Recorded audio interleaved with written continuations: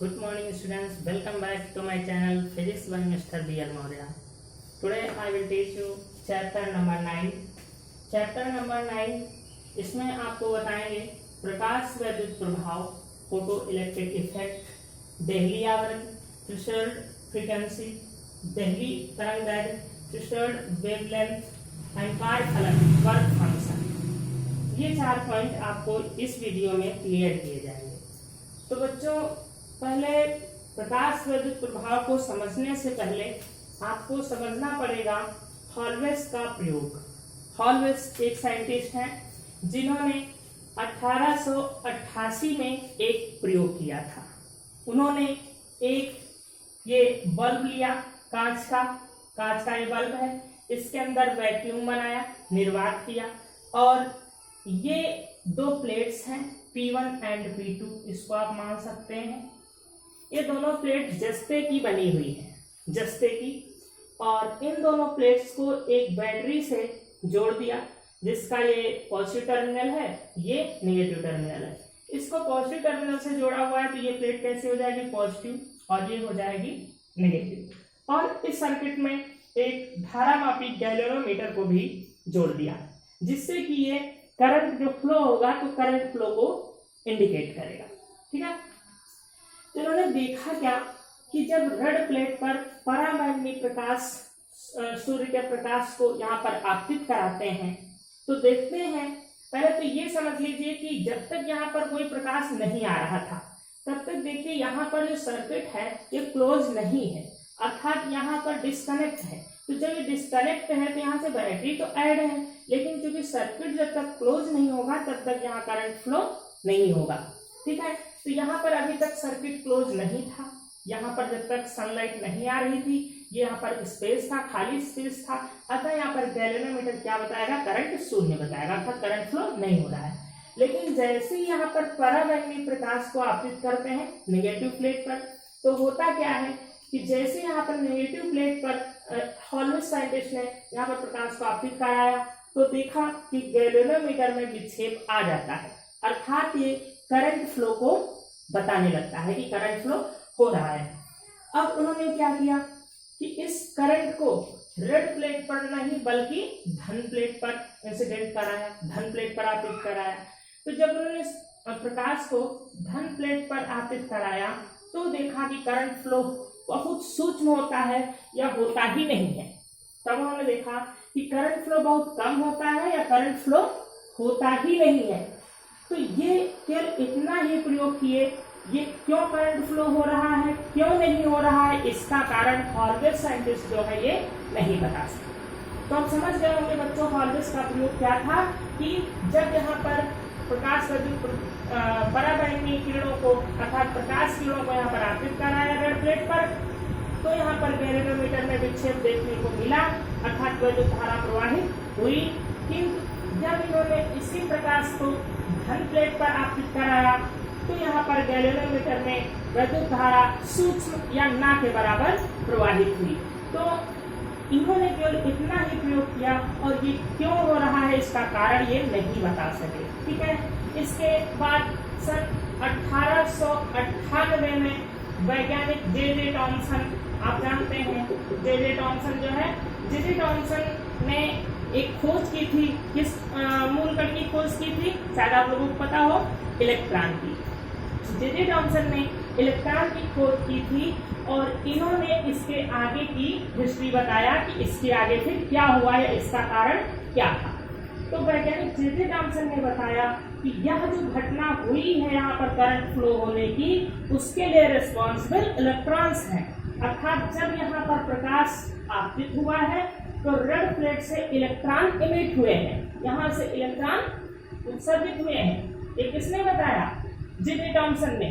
जब उन्होंने जे Thomson electron की खोज की है तो उनके दिमाग में बच्चों इलेक्ट्रॉन भी तो होंगे ना, तो उन्होंने बताया कि यहाँ से इलेक्ट्रॉन उत्सर्जित हुए और चूंकि इन पर चार्ज कैसा होता है, नेगेटिव चार्ज होता है, तो धन प्लेट की ओर क्या होंगे, अट्रैक्ट होंगे।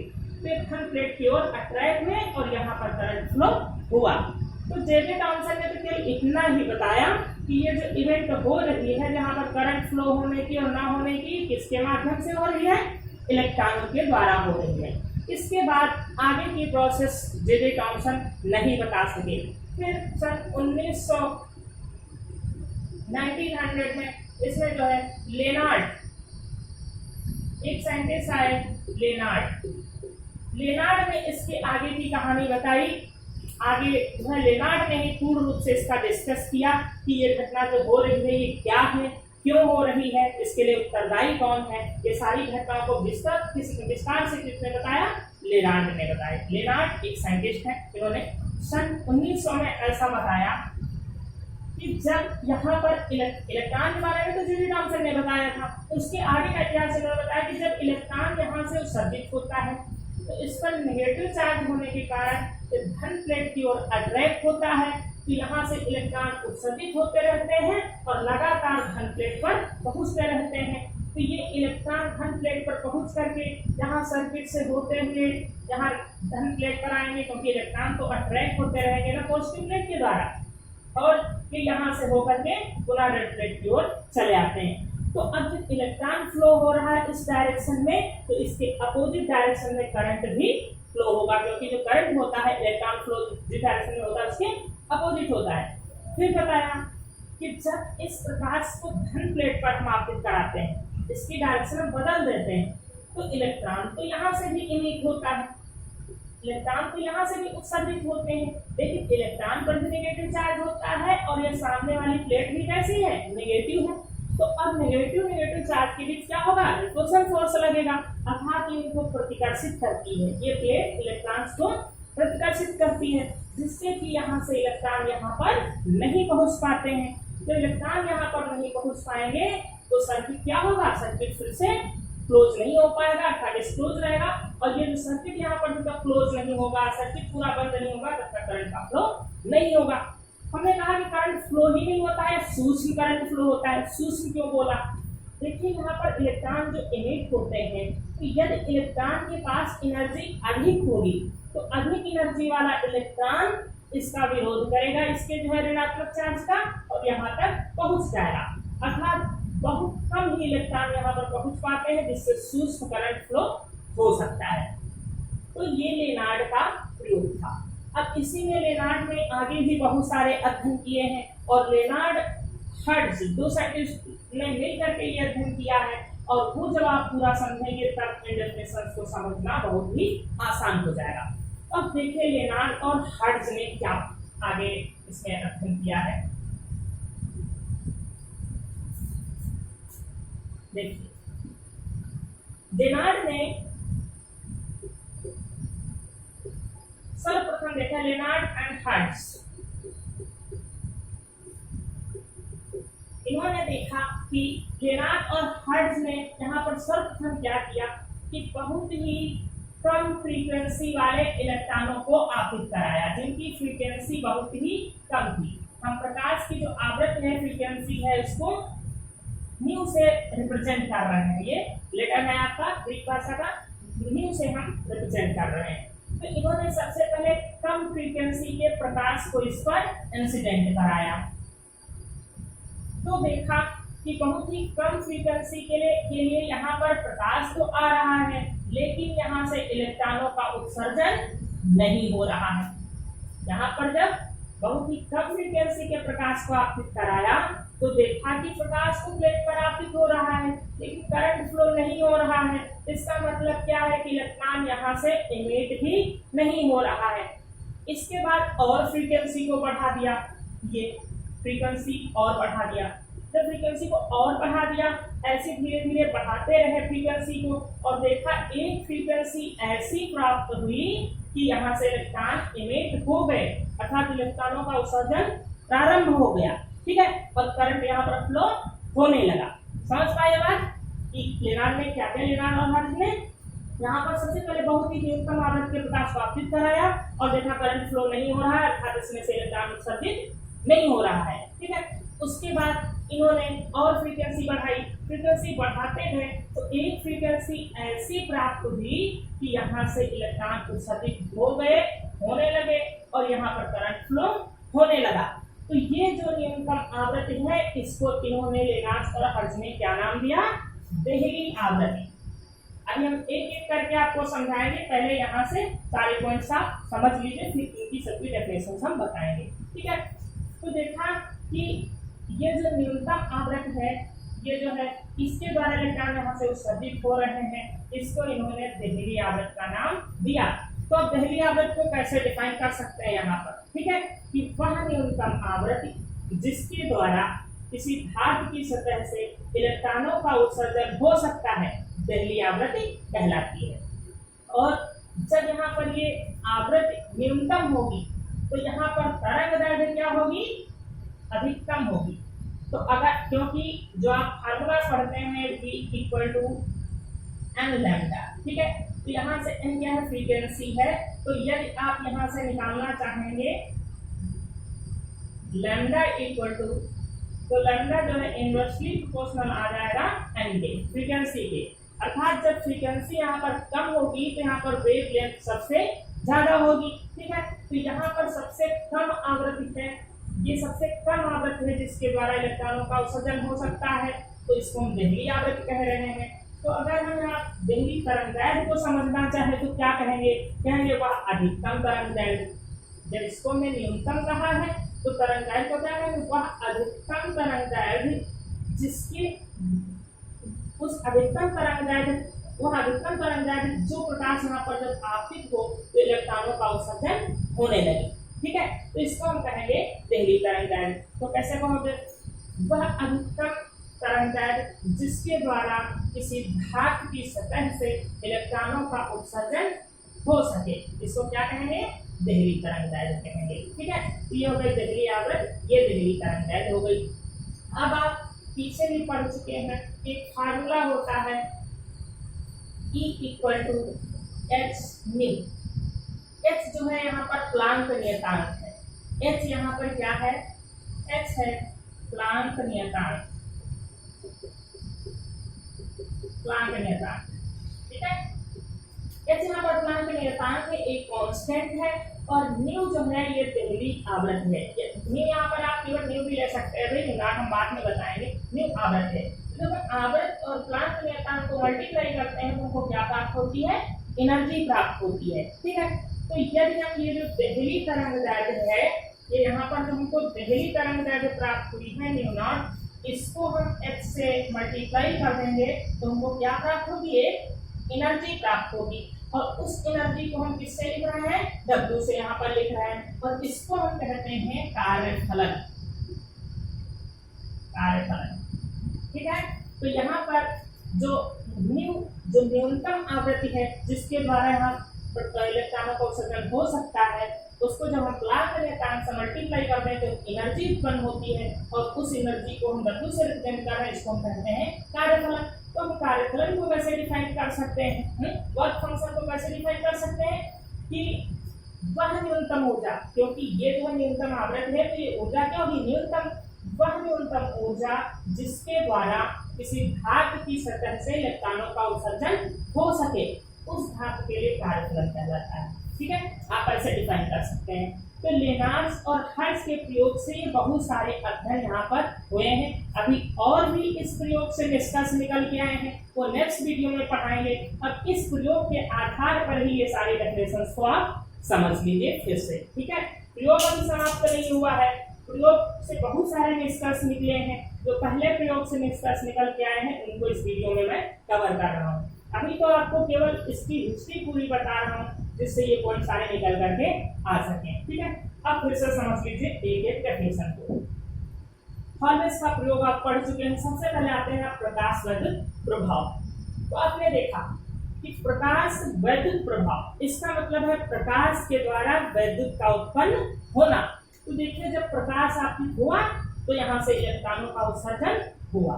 ठीक है, इस घटना को ही कहते हैं प्रकाश वैद्युत प्रभाव। हम डिफाइन कैसे कर सकते हैं कि प्रकाश द्वारा किसी धातु से इलेक्ट्रॉनों का उत्सर्जित होना प्रकाश वैद्युत प्रभाव कहलाता है। समझ पाए बच्चों, ये सब इनके जो है लेनार्स फर्स्ट के प्रयोग है, और जो हॉर्नेस का प्रयोग है उसी से निकल के डेफिनेशन आ रही है। देखिए, प्रकाश द्वारा किसी धातु की सतह से इलेक्ट्रॉनों का उत्सर्जित होना प्रकाश वर्धित प्रभाव कहलाता है। आप विस्तार से बता सकते हैं, जब किसी धातु पर प्रकाश या परावैद्युत विकिरण आपतित होता है तो उस धातु से इलेक्ट्रॉनों का उत्सर्जन होता है। यह घटना प्रकाश वर्धित प्रभाव कहलाती है। इसको प्रकाश वर्धित प्रभाव भी कहते हैं या प्रकाश वर्धित उत्सर्जन भी कहते हैं। ठीक है बच्चों, अब यहाँ से जो इलेक्ट्रॉन उत्सर्जित होते हैं इनको क्या कहते हैं? प्रकाश वर्धित प्रभाव की घटना में जो इलेक्ट्रॉन उत्सर्जित होते हैं इनको हम कहते हैं फोटो इलेक्ट्रॉन। इनको हम क्या बोलेंगे? Photo electron. ठीक है, इनको फोटो इलेक्ट्रॉन कहते हैं या हम प्रकाश वर्धित इलेक्ट्रॉन भी कह सकते हैं। दो प्रकार से कह सकते हैं, प्रकाश वर्धित इलेक्ट्रॉन या फोटो इलेक्ट्रॉन, इनको हम बोल सकते हैं। तो आप क्या बताएंगे कि जब किसी धातु की सतह पर प्रकाश आपतित होता है तो धातु की सतह से इलेक्ट्रॉन उत्सर्जित होने लगते हैं। यह घटना प्रकाश वर्धित प्रभाव कहलाती है। उत्सर्जित या प्रकाश वर्धित उत्सर्जन कहलाती है। उत्सर्जित होने वाले इलेक्ट्रॉनों को फोटो इलेक्ट्रॉन या प्रकाश वर्धित इलेक्ट्रॉन कहते हैं और इनके द्वारा जो करंट फ्लो होता है, प्रकाश वर्धित प्रभाव की घटना में जो करंट फ्लो होता है इसको हम कहते हैं प्रकाश वर्धित धारा। इसको हम कहते हैं प्रकाश वर्धित धारा। ठीक है, तो इस प्रकार से पहले डेफिनेशन आपकी यहाँ से क्लियर हो जाती है।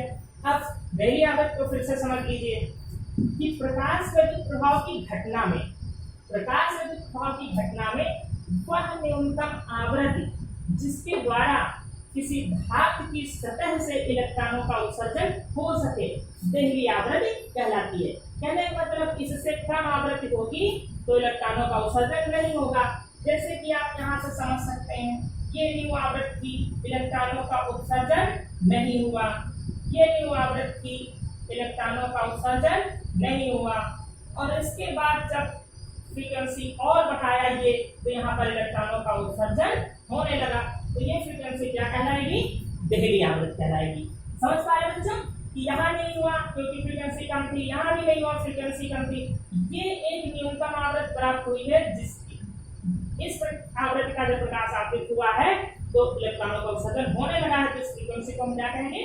देहली आवृत्ति कहेंगे। ठीक है, अब देहली तरंगदैर्घ्य को समझ लीजिए।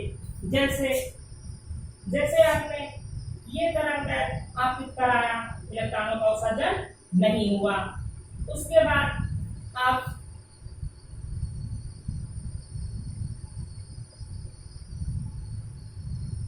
वहां पर समझ रहे थे कि अगर हम फ्रीक्वेंसी को और बढ़ाते जाएंगे तो इलेक्ट्रॉनों का उत्सर्जन होता जाएगा। और यहाँ पर उसके जस्ट अपोजिट समझना है कि तरंगदैर्घ्य अधिकतम होनी चाहिए, उससे अगर न्यूनतम करते जाएंगे तो इलेक्ट्रॉनों का उत्सर्जन होगा और उससे अधिक कर देंगे तो इलेक्ट्रॉनों का उत्सर्जन नहीं होगा। अब तरंगदैर्घ्य को हमने और कम किया, ये और कम किया, ये तो हमने देखा कि ये जो है तरंगदैर्घ्य प्राप्त हुई है जिस पर इलेक्ट्रॉनों का उत्सर्जन होने लगा है। यहाँ भी आपके यहाँ पर उत्सर्जन नहीं हुआ है। तो कहने का मतलब यह अधिकतम तरंगदैर्घ्य है जिससे कि इलेक्ट्रॉनों का उत्सर्जन हो रहा है। अगर इससे ज्यादा आप तरंगदैर्घ्य कर देते हैं तो इलेक्ट्रॉनों का उत्सर्जन नहीं होगा। यहाँ आपको थोड़ा सा कंफ्यूजन हो सकता है बच्चों फ्रीक्वेंसी और वेवलेंथ में। तो फ्रीक्वेंसी न्यू नॉट है, इसके बाद फ्रीक्वेंसी बढ़ाते जाएंगे तो इलेक्ट्रॉनों का उत्सर्जन होता जाएगा। लेकिन तरंगदैर्घ्य जो होती है देहली तरंगदैर्घ्य ये अधिकतम होती है। अगर इससे ज्यादा और आप बढ़ा देंगे तो इलेक्ट्रॉनों का उत्सर्जन नहीं होगा। इसको आप अच्छे से समझ लीजिए, न्यूमेरिकल इस पर बेस्ड भी आपको मिलेंगे। ठीक है, तो इसीलिए हम इसको कहते हैं कि वह अधिकतम तरंगदैर्घ्य जिसके द्वारा किसी धातु की प्लेट से इलेक्ट्रॉनों का उत्सर्जन हो सके देहली तरंगदैर्घ्य कहलाती है। ठीक है, अब कार्यफलन आप समझ लीजिए लास्ट में।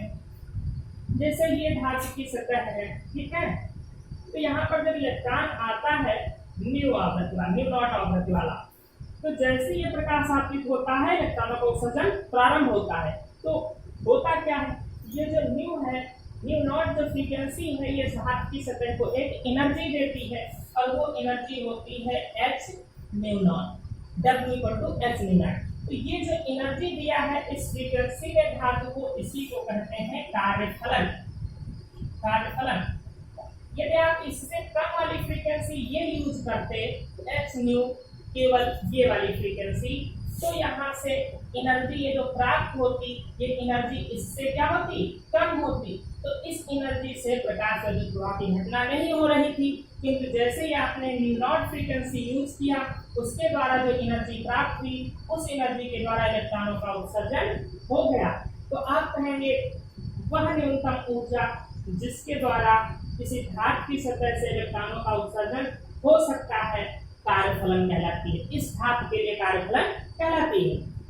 और बच्चों ये जो कार्यफलन है हर एक धातु के लिए अलग अलग होता है। जैसे किसी धातु की सतह से कम एनर्जी से इलेक्ट्रॉन उत्सर्जित हो सकते हैं, कोई धातु ऐसे भी हो सकती है जिसमें बहुत अधिक एनर्जी होगी, जब प्राप्त होगी धातु को तब इलेक्ट्रॉनों का उत्सर्जन होगा।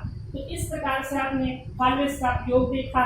इसके बाद इन्होंने अधूरा काम छोड़ा। जे.जे. थॉमसन ने बताया कि ये इवेंट किसके द्वारा हो रही है, इलेक्ट्रॉनों के द्वारा हो रही है। उसके बाद लेनार्ड और हर्ट्ज ने इसको और विस्तार से समझाया और इस आधार पर हमने ये जो चारों डेफिनेशंस पढ़ा। ठीक है, इनको समझ लीजिए। नेक्स्ट वीडियो में आप समझेंगे लेनार्ड और हर्ट्ज के जो अगले प्रयोग हैं, उसे जो निष्कर्ष निकल करके आए हैं उनको समझेंगे। ठीक है, और इसके आगे चैप्टर को पढ़ाया जाएगा। ओके।